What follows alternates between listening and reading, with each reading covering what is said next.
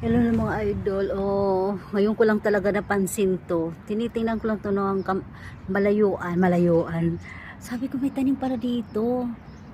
Nung ayusin ni Sir dito, ng garden, nagpatanim pala siya dito sa ano nila, gardener ng ano. Ito guys, di ba pag kalimutan kong pangalan nito. Pag lumaki to, malaki to. Alangan.